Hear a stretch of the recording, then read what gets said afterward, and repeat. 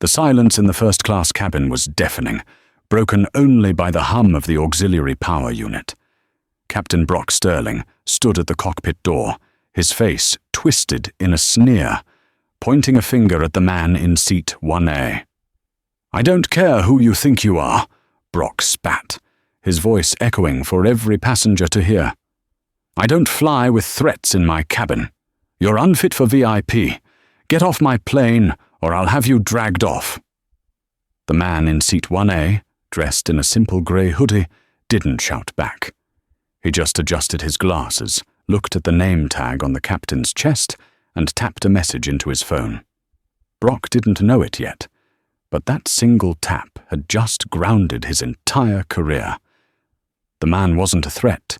He was the one man who owned the sky. The air inside the Sovereign Air VIP lounge at JFK International Airport smelled of expensive espresso and old leather. It was a sanctuary for the elite, tech moguls, senators, and oil tycoons who didn't know the meaning of the word wait. Captain Brock Sterling adjusted his tie in the reflection of the glass doors before sweeping inside. Brock was the poster boy for Sovereign Air. Tall, square-jawed, with greying temples that suggested wisdom he didn't actually possess, he was the airline's most senior pilot. He flew the flagship route from New York to London on the new Boeing 787-10 Dreamliner. He was used to deference. He was used to being the king of the terminal. He walked toward the private bar, nodding to the bartender, expecting his usual sparkling water with a twist of lime to be ready. But the bartender was busy. He was leaning over the counter, laughing at a joke told by a man sitting on one of the high stools. Brock frowned. The man on the stool didn't look like he belonged in the Sovereign Lounge. He was a black man, perhaps in his early 50s, wearing a faded grey hoodie, dark jeans, and sneakers that looked like they had seen better days. He had a battered leather satchel resting by his feet. Brock checked his watch. He had 40 minutes before pre-flight checks. He wasn't in the mood to wait behind someone who had likely snuck in.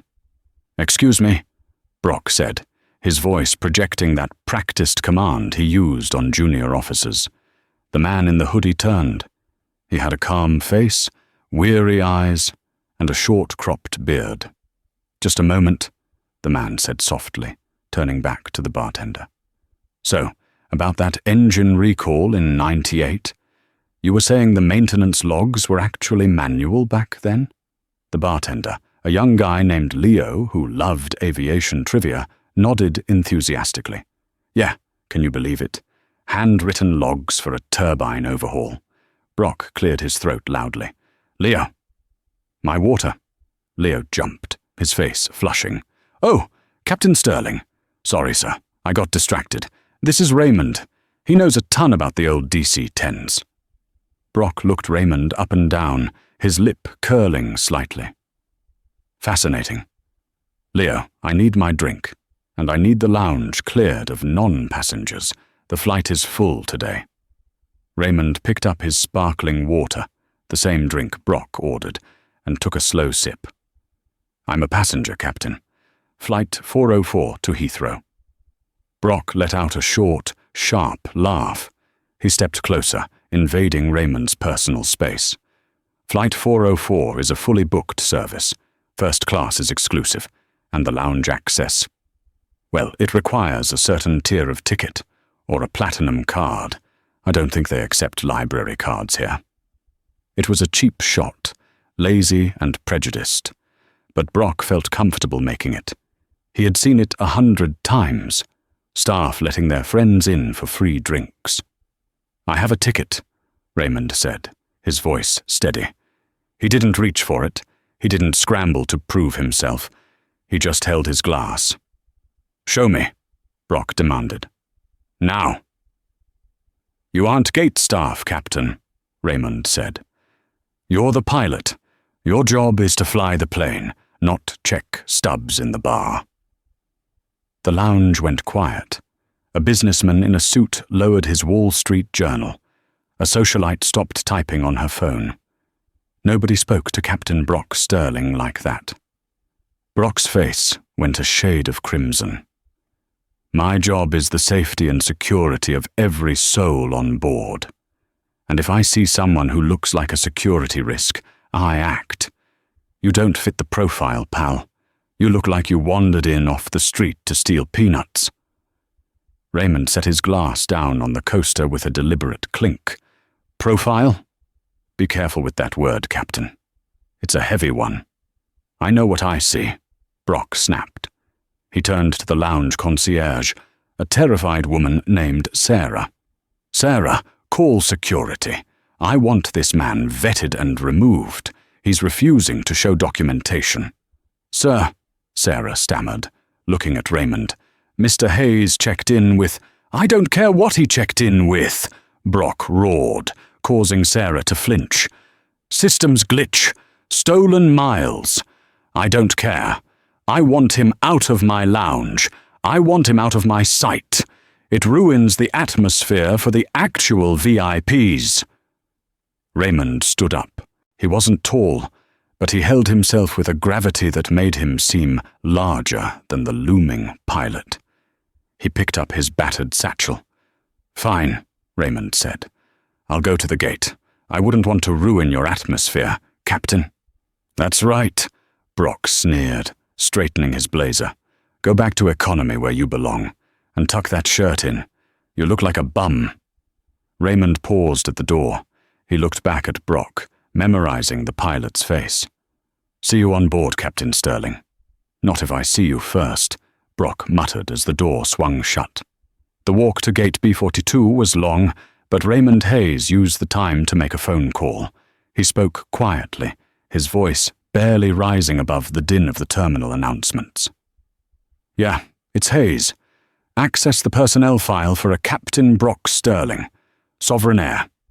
Seniority number, let me guess, single digits? Yeah. No, don't flag him yet. Let him hang himself. I want to see how far this goes. I want to see the culture firsthand. Yes. I'm boarding now. He hung up as he approached the gate. The Boeing 787 was visible through the floor-to-ceiling windows, a magnificent bird of steel and composite. Raymond loved aviation.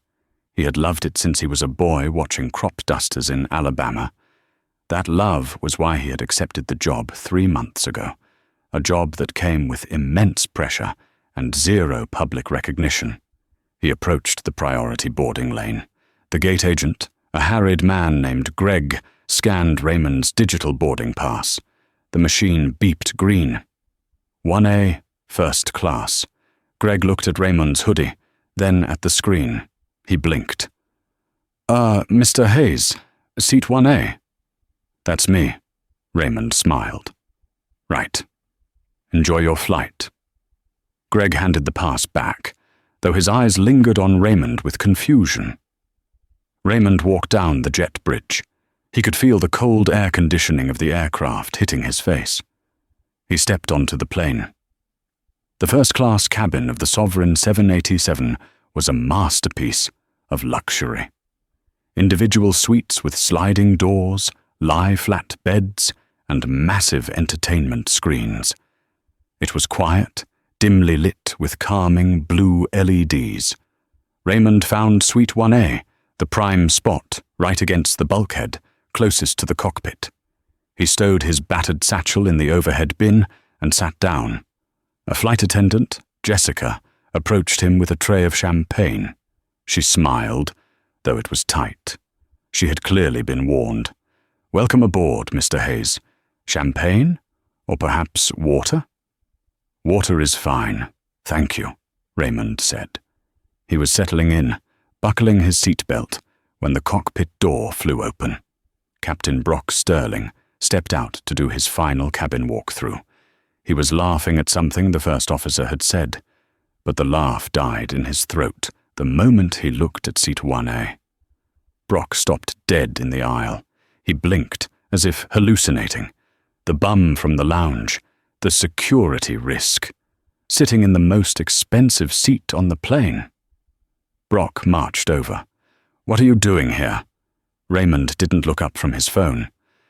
I believe this is seat 1A. I have a ticket." "How did you get past the gate?" Brock demanded, his voice rising. Passengers in 1B and 2A were starting to look.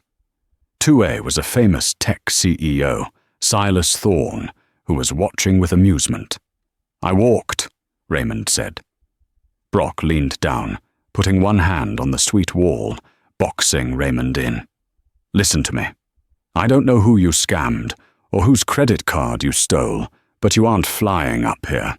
It makes the other passengers uncomfortable." "Does it?" Raymond asked. He looked across the aisle at the tech CEO. "Sir, am I making you uncomfortable?" Silas Thorne shrugged. "Not really, but the captain shouting is giving me a headache."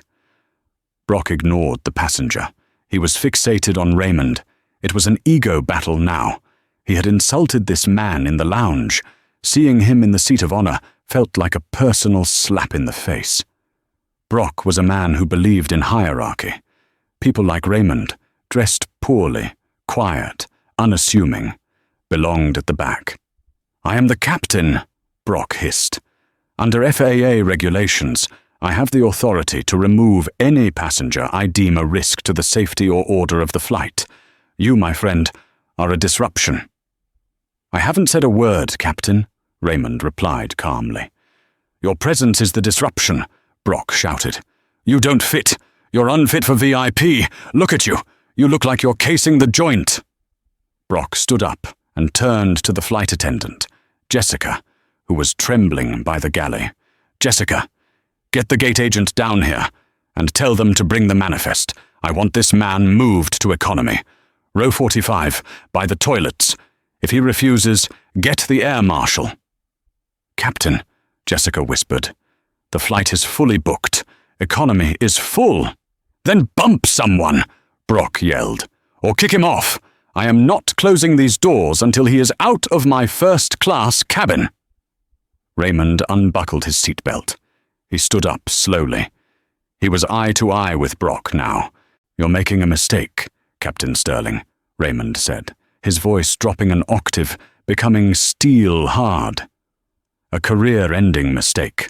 I suggest you go back to the cockpit and fly the plane." Brock laughed.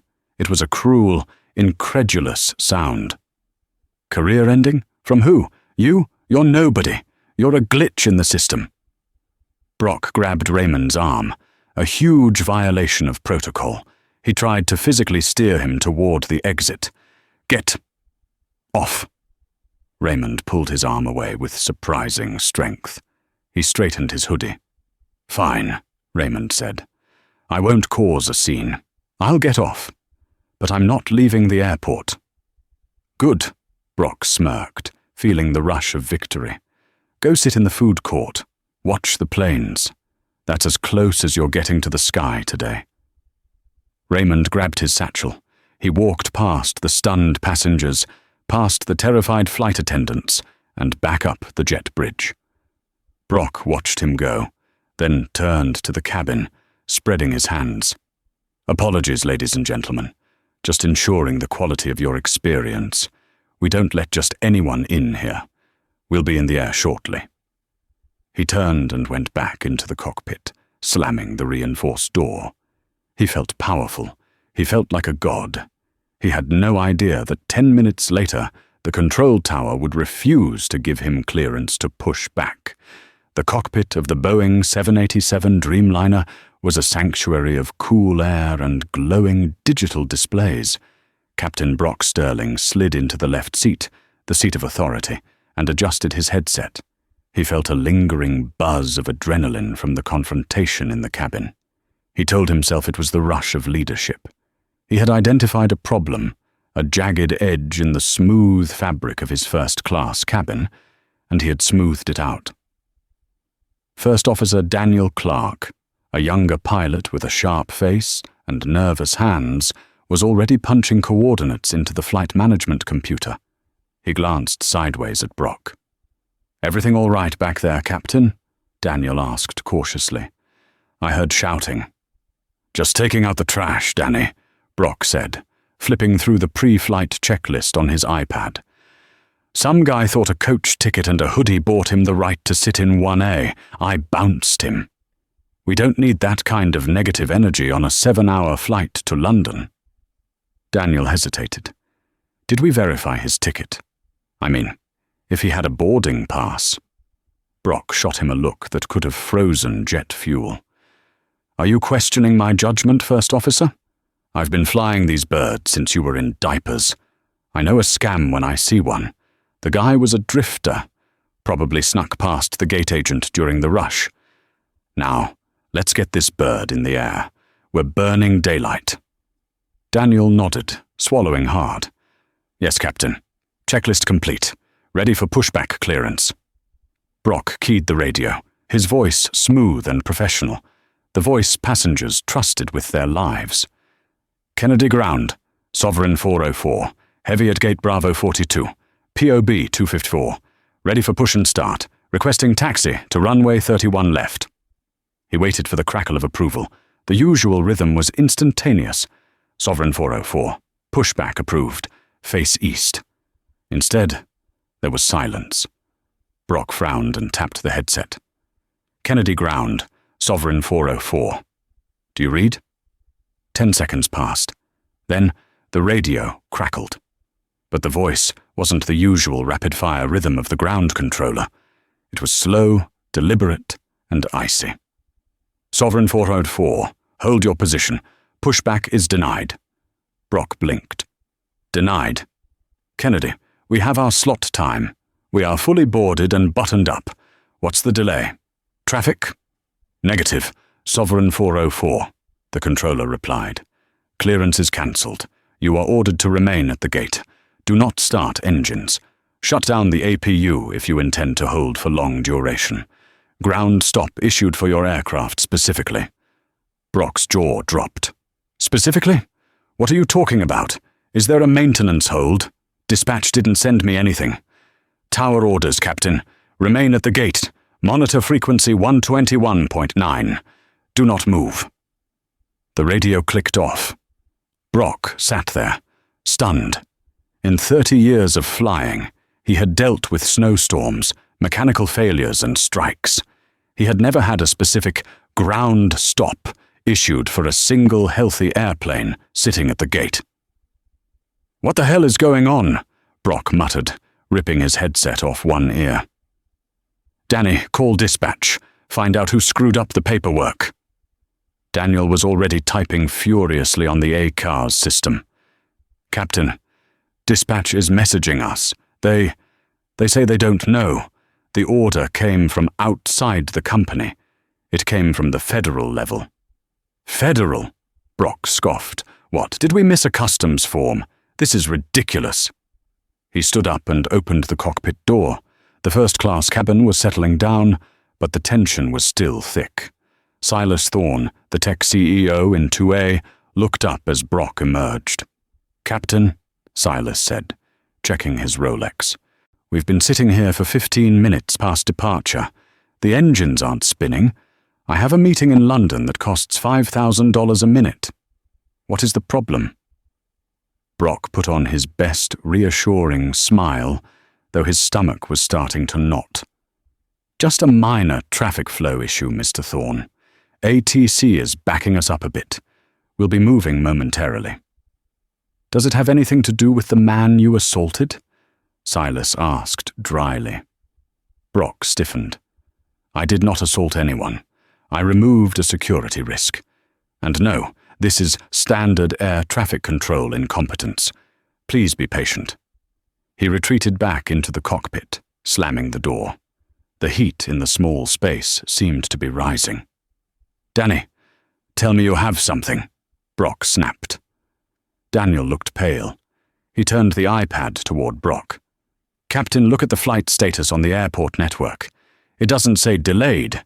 It says indefinite hold, regulatory review, and look out the window."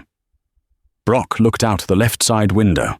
His heart skipped a beat. Usually the tarmac was a swarm of baggage carts and fuel trucks. But now the ground crew had backed away. 2 black SUVs with government plates had pulled up right next to the nose gear. They weren't airport police. They were unmarked. "What is this?" Brock whispered. "Who are they?" "Maybe the guy really was a terrorist," Daniel whispered, his eyes wide. "Maybe you were right, Captain. Maybe you caught a big fish, and now the feds are here to sweep the plane for bombs." Brock felt a sudden surge of vindication. Yes, that had to be it. His gut instinct had been right. The bum in the hoodie was a threat, and now the government was here to clean up the mess. He had saved the flight. He was a hero. "I knew it," Brock said, straightening his tie. "I knew there was something off about him." "Danny, get ready. We're about to get a visit, and I'm going to tell them exactly how I spotted the suspect." But the feeling of triumph was short-lived, because the phone in the cockpit cradle rang. It wasn't the intercom. It was the direct satellite link to Sovereign Air Headquarters in Dallas. Brock picked it up. "Captain Sterling." "Brock?" The voice on the other end was raspy and terrified. It was Elias Vance, the chief of operations for the entire airline. Elias never called pilots directly. Never. "Elias? What's going on? I've got feds on the tarmac. Did they catch the guy I kicked off?" "You idiot," Elias hissed, his voice trembling with a mixture of rage and fear. "You absolute arrogant idiot. Do you have any idea what you've done?" Brock was taken aback. "Excuse me? I secured my aircraft. There was a passenger who—" "That wasn't a passenger!" Elias screamed, the audio distorting. "We just got a call from the Secretary of Transportation's office, directly. Do you know who Raymond Hayes is?" Brock frowned. The name sounded vaguely familiar, like a name he should know from a manual or a bulletin. But he couldn't place it. "Hayes? No. He looked like a nobody. He was dressed like a— He is the director of the FAA, Brock!" Elias screamed. "He is the man who signs your license. He is the man who approves our operating certificate. He was flying incognito to conduct a passenger experience audit on our flagship route because of complaints about our staff's arrogance. And you physically grabbed the director of the Federal Aviation Administration and threw him off his own sky?" The blood drained from Brock's face so fast he felt dizzy. His hands went numb. "The FAA Director. He's not just the director," Elias continued, his voice dropping to a hopeless whisper. "He's the guy who just issued an emergency fitness for duty suspension on you, effective immediately. And he's grounded the flight pending a full crew investigation." Brock stared out the window at the black SUVs. They weren't there for a bomb. They were there for him. The silence in the cockpit was shattered by a heavy, rhythmic thudding on the fuselage door. The jet bridge had been reconnected. "Captain," Daniel whispered, staring at Brock with horror. "You kicked off the FAA Director? Oh my God, my career is over. I'm flying with a dead man." "Shut up, Daniel," Brock snapped, though his voice lacked its usual bite. He was scrambling for a defense. "I didn't know. He wasn't wearing ID. He was in a hoodie. How was I supposed to know? It's entrapment." "It's not entrapment, it's a test," Daniel said, unbuckling his harness rapidly. "And you failed it. Hard." The interphone buzzed. It was Jessica, the lead flight attendant. Her voice was shaking. "Captain, there are people here. They want to come in. They say they have a warrant to seize the flight voice recorder and the logs." Brock wiped sweat from his forehead. "Let them in, Jessica." He turned to the door just as it opened. He expected to see Raymond Hayes, smug and gloating. He was ready to fight, to argue that a director shouldn't dress like a bum if he wants respect. But it wasn't Raymond. Stepping into the cockpit was a woman in a sharp navy blazer, with an ID badge hanging around her neck that read, "Department of Transportation, Inspector General." Behind her were two large men in tactical gear, with "Federal Agent" written across their chests. The woman didn't smile. She didn't offer a hand. She looked at Brock like he was a stain on the upholstery. "Captain Brock Sterling?" she asked. Her voice was dry, clinical. "Yes," Brock said, trying to muster some dignity. He stood up, puffing out his chest. "I assume you're here to clear up this misunderstanding. Director Hayes, if that really was him, failed to identify himself. I followed protocol for an unidentified intruder in a sensitive area. The woman, Inspector Miller, stepped closer. She held up a tablet. Section 14, CFR 91.3, states the pilot in command has final authority. However, Section 61.53 prohibits operation when medical or psychological conditions compromise safety. We have received a direct report observing erratic, aggressive, and discriminatory behavior from the pilot in command, indicating a potential substance abuse issue or acute mental instability." "Mental instability?" Brock sputtered. "I am the most senior pilot in this fleet.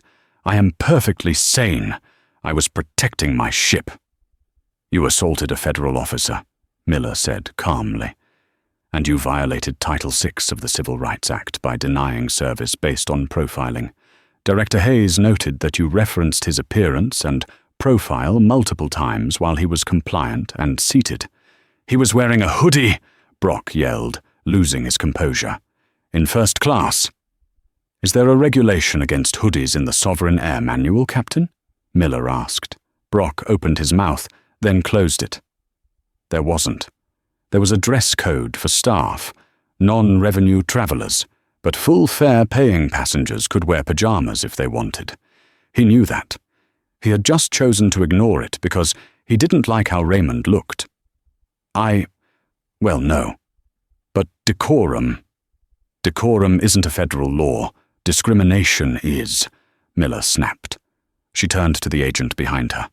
"Seize his electronic flight bag, and I want a breathalyzer and a urine sample taken immediately. Here, in front of the crew." "You can't do that," Brock gasped. "Here? Now? We can. And we are. You are suspended pending an emergency inquiry. Get your bag, Captain. You are being relieved of command." Brock looked past Miller into the cabin. The first-class passengers were watching the show. Silas Thorne was filming it on his phone. The humiliation was total. "Who is flying the plane?" Brock asked weakly. "We have 300 people back there." "A reserve crew is en route," Miller said. "But this aircraft isn't going anywhere until Director Hayes is satisfied that the safety culture of Sovereign Air hasn't been completely rotted out by people like you." Miller stepped aside. "Move. Now." Brock grabbed his flight bag. His hands were shaking so badly he dropped his sunglasses. As he stooped to pick them up, he looked small. The king of the terminal was gone. He was marched out of the cockpit. As he entered the first-class cabin, the hush was absolute. Every eye was on him. And then he saw him. Raymond Hayes hadn't left the airport. He hadn't gone to the food court. He was standing by the galley, leaning against the wall, holding his battered satchel. He was flanked by the airport police chief and the Sovereign Air Station manager, who looked like he was about to vomit from anxiety. Raymond wasn't gloating. He wasn't smiling. He looked disappointed. Brock stopped in front of him, the federal agents pressing him from behind. "You set me up," Brock hissed. "You came in here looking like that on purpose." Raymond adjusted his glasses. "I came in here looking like a passenger, Captain. A paying customer. A human being. You supplied the rest. You decided I didn't fit your picture of a VIP. You decided I was a threat because of my skin and my clothes." Raymond took a step closer, his voice low enough that only Brock could hear. "You said I was unfit for VIP. The reality is, Captain, you are unfit for command. The sky belongs to everyone. It doesn't belong to your ego." "You can't fire me," Brock said, though he sounded unsure for the first time.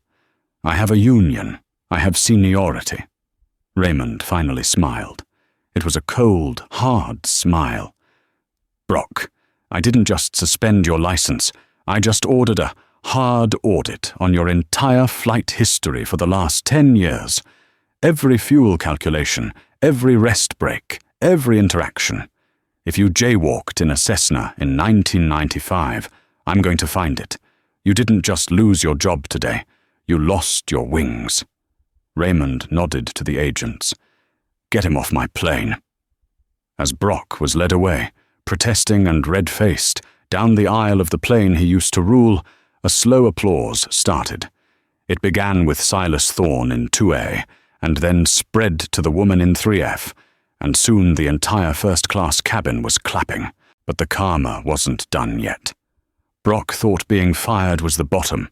He was wrong. The video Silas Thorne had recorded, and the video of the confrontation in the lounge, recorded by the bartender Leo, were already uploading to the internet. By the time Brock reached the terminal, he was already trending, and the world was about to weigh in. The walk from the aircraft to the curb was the longest mile Brock Sterling had ever traveled. Stripped of his epaulets, his flight bag heavy in his hand, he was no longer the captain. He was a liability. The federal agents escorted him to the exit, not in handcuffs, but in a tight formation that screamed prisoner. As he stepped out of the sliding glass doors into the humid New York afternoon, his phone, which he had turned back on, began to vibrate. It wasn't a call. It was a continuous, seizure-inducing buzz of notifications. He fumbled to unlock it. He had 50 missed calls. Texts were scrolling so fast he couldn't read them. "Is this you? Dude, tell me this is a deep fake. You're on TMZ." Brock's stomach dropped. He opened Twitter. The top trending hashtag in the United States was Unfit for VIP. He clicked it. The first video was from Silas Thorne's perspective in seat 2A. The quality was crystal clear, 4K. It showed Brock, face purple with rage, looming over Raymond Hayes. The audio was perfect. "You don't fit the profile, pal. You look like you wandered in off the street to steal peanuts. I'll have you dragged off." The comments were a landslide of vitriol. "This pilot is a dinosaur. Extinct him." Imagine talking to the FAA Director like that. Talk about a career suicide speed run. "Sovereign Air, if you don't fire him, I'm cancelling my platinum membership." But the second video was worse. It was from the lounge. Leo the bartender, or someone near him, had filmed the initial interaction. It showed Brock snapping his fingers at the staff, demanding the bum be removed, and sneering about library cards. It painted a picture not just of a stressed pilot, but of a fundamentally nasty human being. Brock climbed into a taxi, ignoring the driver's curious stare. "Just drive," he muttered. Westchester. He needed to get home to Linda. Linda would understand.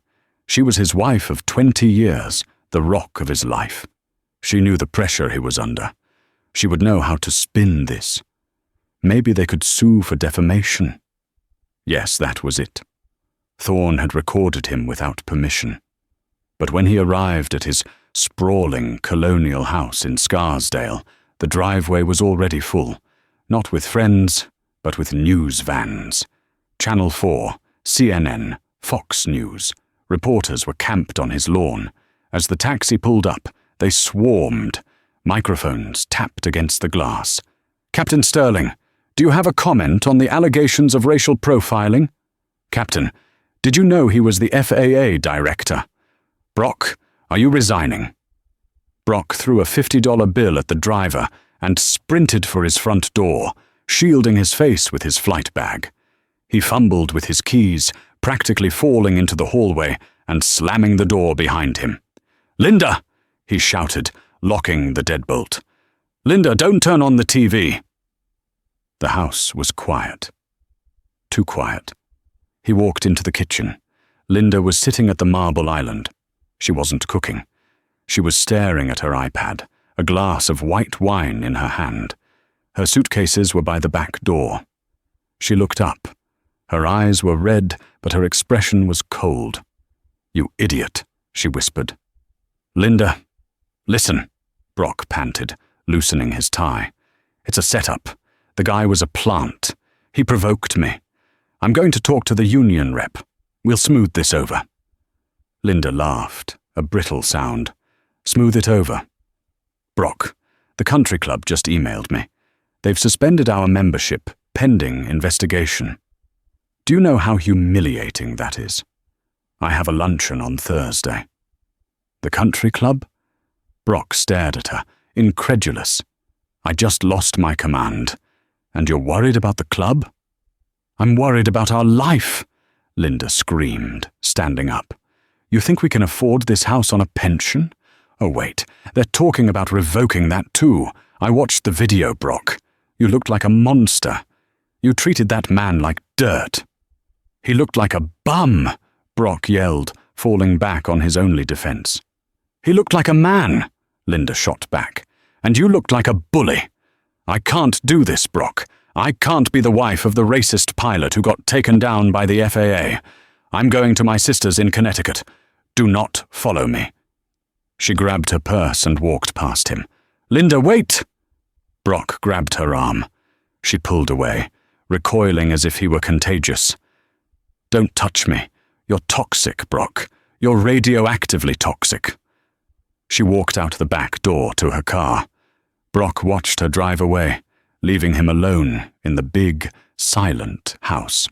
He walked to the living room and collapsed onto the sofa. He turned on the TV, hoping to find something, anything else on the news. The screen flickered to life.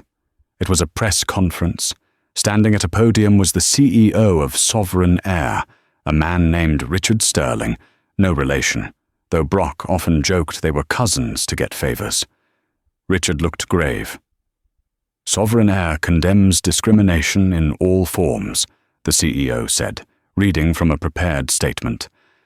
"The behavior exhibited by Captain Brock Sterling does not reflect our values.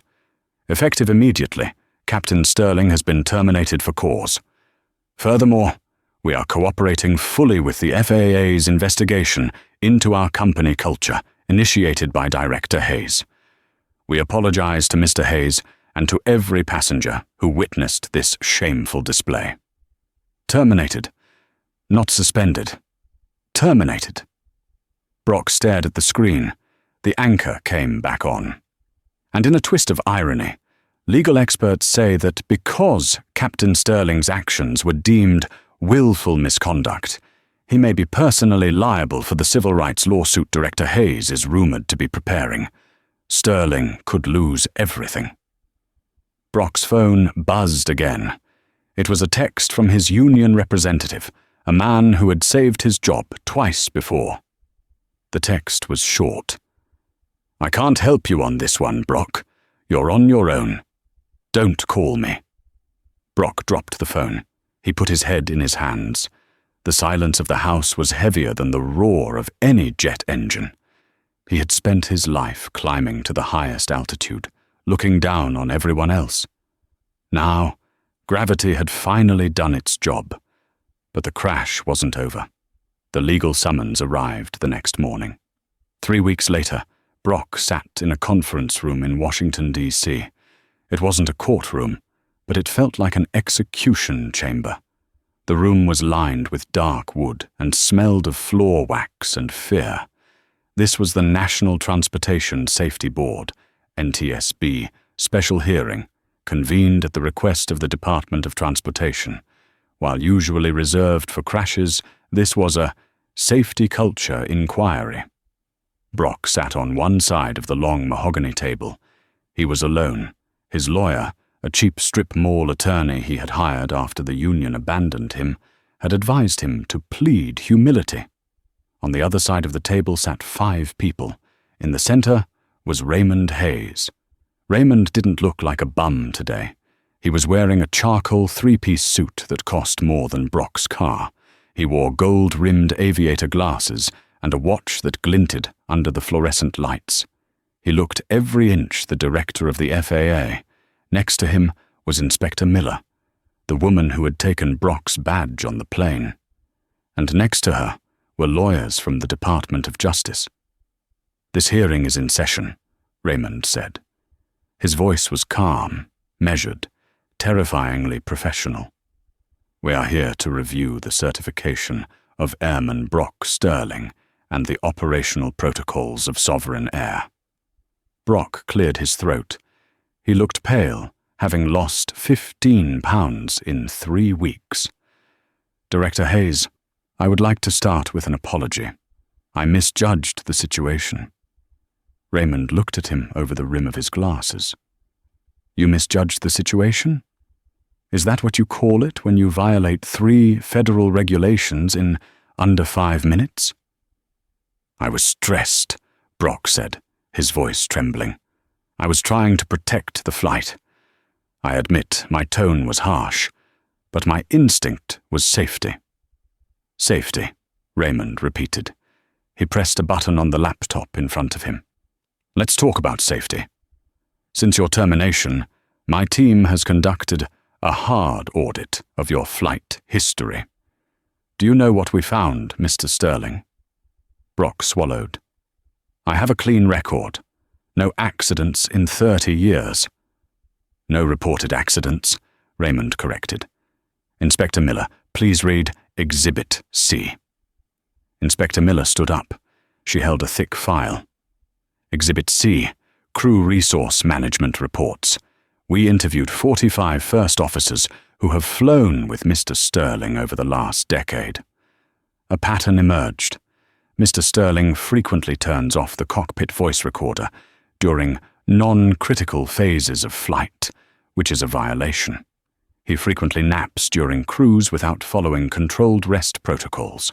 And most damningly, 3 separate co-pilots reported that Mr. Sterling has a habit of profiling passengers on the manifest before they even board."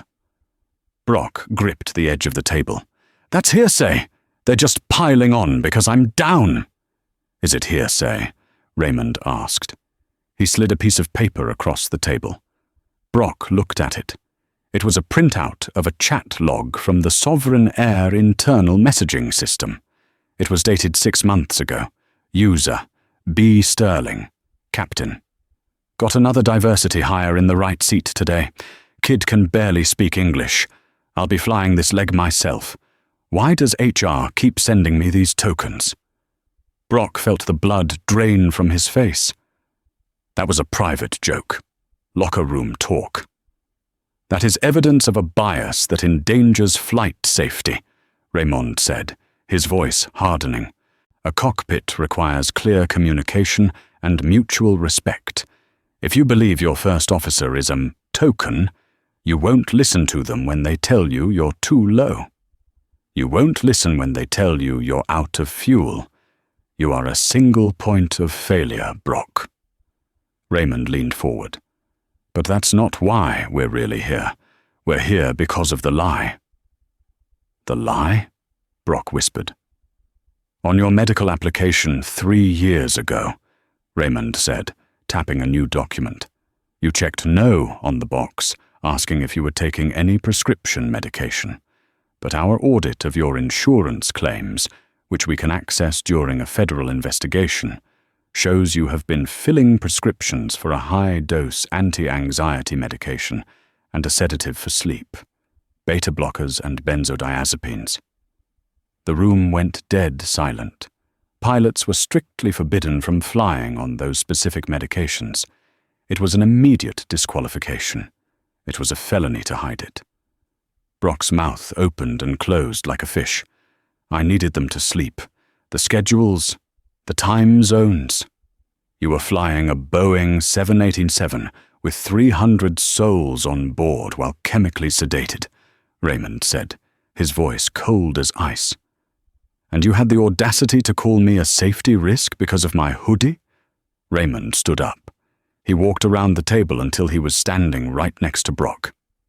"You aren't just a bigot, Brock. You're a fraud. You've been flying illegal for 3 years. You put every single person on those planes in danger because you were too arrogant to admit you needed help and too greedy to give up the paycheck." Brock put his head on the table. He knew it was over. The racism was bad. The viral video was humiliating. But the medical fraud, that was prison time. "Director Hayes," Brock sobbed, his composure finally shattering completely. "Please, I'll lose my pension. I'll lose my home. I have nothing left. My wife left me. Please, I'll surrender my license voluntarily. Just don't prosecute." Raymond looked down at the broken man. He didn't look angry anymore. He just looked sad. "You wanted to enforce the rules, Captain," Raymond said softly. "You wanted to make sure everyone fit the profile of a safe flyer. Well, I'm doing exactly what you asked. I'm enforcing the rules." Raymond turned to the DOJ lawyers. "Revoke his airman certificate permanently. Revoke his medical. And refer the case to the U.S. Attorney for prosecution regarding the falsification of federal medical records." Raymond picked up his files and started to walk out. "Wait!" Brock cried out. "Raymond, Mr. Hayes, please!" Raymond stopped at the door. He turned back, one hand on the knob. "It's Director Hayes," he said. "And the next time you judge a man by his clothes, remember, the person in the hoodie might just be the one holding the keys to your cell." He walked out, leaving Brock alone with the federal agents who were now unzipping a pair of handcuffs. The Karma hadn't just hit back. It had landed the plane, stripped it for parts, and bulldozed the runway. The gavel hit the wooden block with a sound that echoed like a gunshot in Brock Sterling's ears. "Mr. Sterling," the judge said, peering down from the bench with zero sympathy, "aviation relies on trust. When a passenger steps onto a plane, they trust that the pilot is awake, alert, and medically fit. You violated that trust for 3 years. You prioritized your paycheck over human lives. For the charge of falsifying federal medical records, I sentence you to 18 months in federal prison, followed by 3 years of probation." The judge paused, then added the final nail in the coffin. "Furthermore, you are permanently barred from holding an FAA Airman certificate of any class. You will never pilot an aircraft again." Brock didn't cry. He was too hollowed out to cry. He just nodded numbly as the bailiff moved in to take him away. In the back of the courtroom, there was no Linda. There were no friends. There was only a scattering of reporters who had already written their headlines. The pilot who fell to earth. The next 18 months were a blur of grey concrete and fluorescent lights. For a man used to the infinite horizon of the stratosphere, the 8x10 cell was a suffocating hell. He wasn't Captain Sterling inside. He was inmate 49201. He cleaned floors. He ate flavourless mush.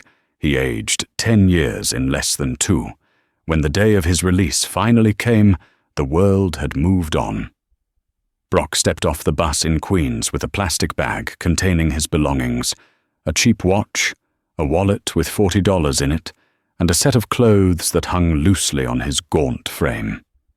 He had nowhere to go.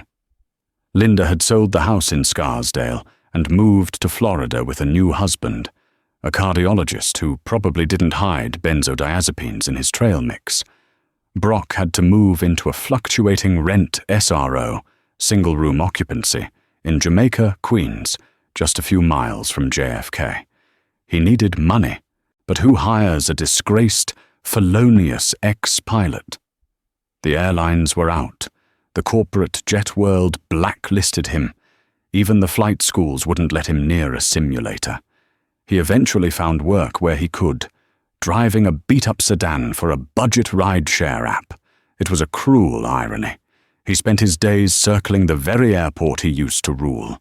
He drove tourists, business people, and families to the terminals, dropping them off at the curbside check-ins where he used to walk through the crew-only doors. Every time a jet roared overhead, taking off into the clouds, Brock would grip the steering wheel until his knuckles turned white. That sound, once the soundtrack of his power, was now the soundtrack of his failure. One rainy Tuesday in November, his app pinged. Pickup. Terminal 4 arrivals. Passenger. David. Brock sighed, rubbed his tired eyes, and steered the car into the chaotic arrivals lane. He spotted his passenger waiting by the curb. It was a young black man, perhaps 25, standing tall and proud in a crisp, dark navy uniform. Gold stripes on the sleeves, a pilot's hat tucked under his arm. He looked like he had just stepped out of a recruitment poster. Brock felt a pang of jealousy so sharp it almost made him sick. He pulled up. "David," Brock croaked. "That's me," the young man said with a bright smile. He tossed a flight bag into the back seat, a bag that looked brand new, unlike Brock's old battered one, and climbed into the front passenger seat. "Where to?" Brock asked, keeping his head down. He wore a baseball cap pulled low. He didn't want to be recognized. "Downtown Brooklyn, please," the young pilot said. He exhaled, relaxing into the seat. "Man, long flight. London winds were brutal today." Brock flinched. London, that was his route. "You fly the 787? Brock asked, unable to stop himself. "Yeah," David beamed. "Just got type-rated last month. Today was my first flight as a first officer on the Dreamliner. It's a beast." "It's a good ship," Brock muttered. "Just watch the fuel flow on the number 2 engine during idle descent. It tends to run high." David looked at him, surprised. "You know planes?" "I used to read about them." Brock lied quickly. "Just a hobby." David chuckled. "Well, you're right. The captain actually mentioned that exact thing during the briefing. You know your stuff." They drove in silence for a moment, the rain drumming on the roof. "You're young for a wide body," Brock said. "Fast track?" "You could say that," David said, his face turning serious. "I got into the academy through the Hayes Initiative. You heard of it?" Brock's heart stopped. "The Hayes Initiative?" "Yeah," David said, looking out the window at the receding skyline of the airport. "It was started by Raymond Hayes, the FAA Director, about 2 years ago, after that huge scandal with the racist captain at Sovereign Air." Brock felt the blood drain from his face. He stared straight ahead at the wet asphalt. "Scandal? Oh, it was crazy," David said, shaking his head. "This old-school captain, a real piece of work, tried to kick Director Hayes off a plane because he was black and wearing a hoodie. Can you believe that? The guy was totally unfit. Turns out he was doing drugs, too. Real bad apple." Brock's hands were trembling on the wheel. He was listening to his own destruction being told as a bedtime story. "Anyway," David continued, "Hayes didn't just fire him.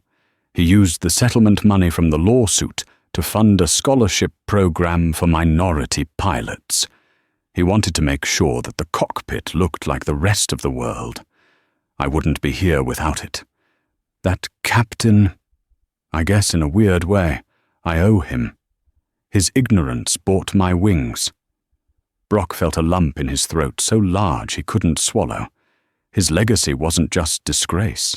It was that he had become the stepping stone for the very people he had tried to keep out.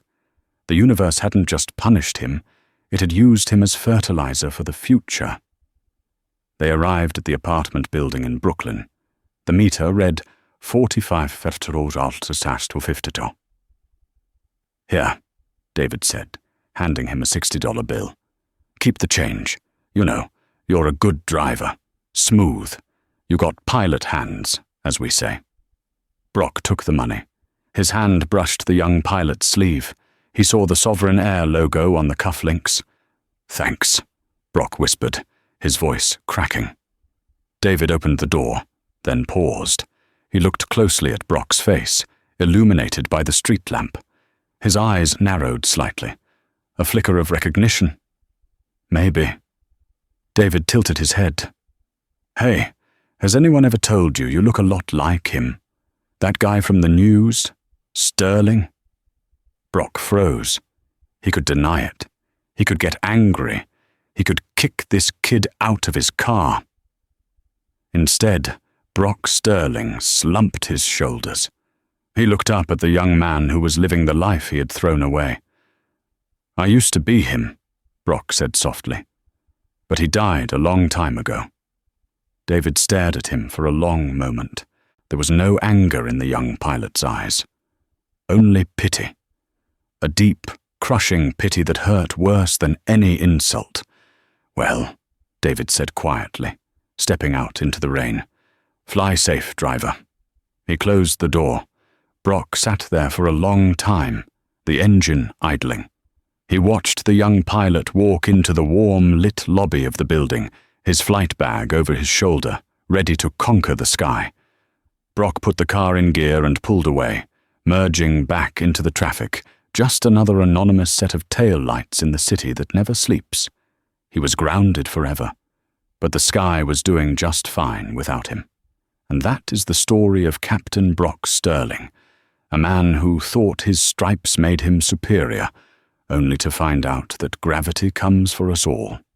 It's a harsh reminder that true class isn't about whether you sit in seat 1A or economy.